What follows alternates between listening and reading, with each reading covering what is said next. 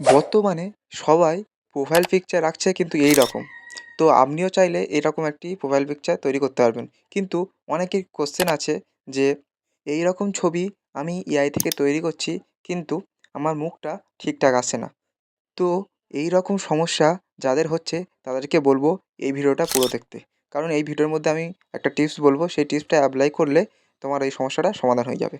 তো চলো বেশি দেরি না করে ভিডিওটা শুরু করি। তো তোমরা সর্বপ্রথম তোমাদের মোবাইলে গ্যালারিতে আসবে।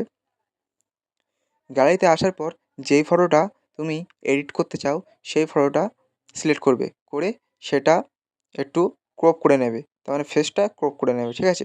আমি যেইভাবে করছি তোমরা দেখে নাও। আমি এই ফটোটা যেহেতু করব, তো আমি এই ফটোটা এডিট অপশানে গিয়ে ক্রপ করে নেবো পুরো ফেসটা।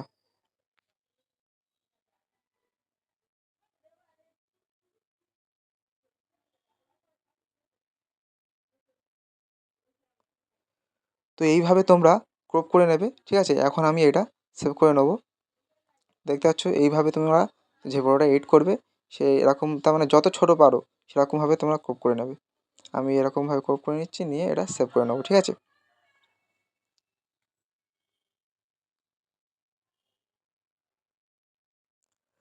তো সেভ করা হয়ে গেলে এখন তোমাদের যে কাজটা করতে হবে, তোমরা তোমাদের গুগল ওপেন করবে মোবাইলে, ঠিক আছে? আমি এখান থেকে আমার গুগলটা ওপেন করে নিলাম। গুগলটা ওপেন করার পর এখানে তোমরা সার্চ করবে গুগল এআই স্টুডিও, ঠিক আছে? গুগল এআই স্টুডিও আমার এখানে সার্চ অপশান ছিল, আমি করে দিয়েছি। তো প্রথম ওয়েবসাইটটায় তোমরা ঢুকে যাবে। ঢুকে যাওয়ার পরে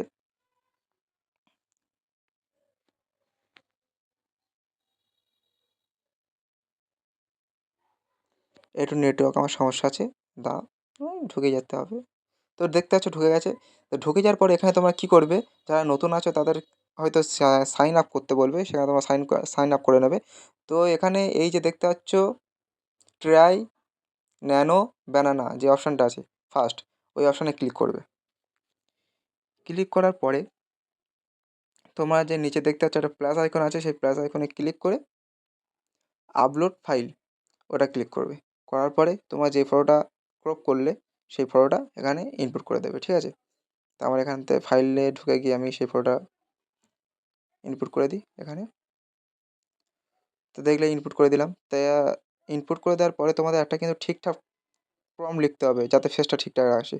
তো সেই প্রম্পটটা আমি কমেন্টে দিয়ে দেবো, সেখান থেকে তোমরা নিয়ে নেবে। আর যে এই লেখাটা আছে এখানে একটা লেখা থাকে, সেই লেখাটা তোমরা ডিলিট করে দেবে, ঠিক আছে? আমি যেইভাবে ডিলিট করলাম। তারপরে ওখানে প্রম্পটটা পেস্ট করে দেবে, দিয়ে অ্যারো চিহ্নে ক্লিক করলে ওটা প্রসেসিং নিয়ে নেবে।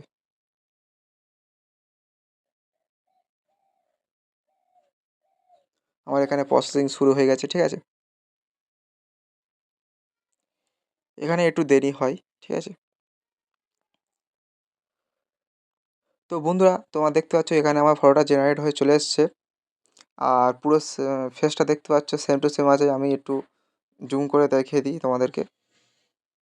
দেখতে পাচ্ছ পুরো আমার ওই ফেসটার সাথে সেম টু সেম এসছে। আমার একটু মুখটা বেঁকে ছিল বলে সেই মুখটা বাঁকা অবস্থায় আসছে। তোমার একটু সোজাসুজি মুখ দেবে, ঠিক আছে? তো আমি এখন এই ফটোটা ডাউনলোড করবো, তাই ফটোর উপর ক্লিক করবো। ক্লিক করার পরে ওপরে দেখতে পাচ্ছ ডাউনলোড অপশান, সেই ডাউনলোড অপশানে মারলেই এটা ডাউনলোড হয়ে যাবে। ওই যে ডাউনলোড হয়ে গেল। আমি এটা এখন আপনাকে ওপেন করে দেখাই। দেখতে পাচ্ছ কত সুন্দর একটা চলে এসছে। এইটা কিন্তু আমি প্রোফাইল পিকচারে ইউজ করতে পারি, বা আপনি যে কোনো সোশ্যাল মিডিয়াতে ইউজ করতে পারেন। তো এখানে আমার ফেসটা পুরো ঠিকঠাক এসছে।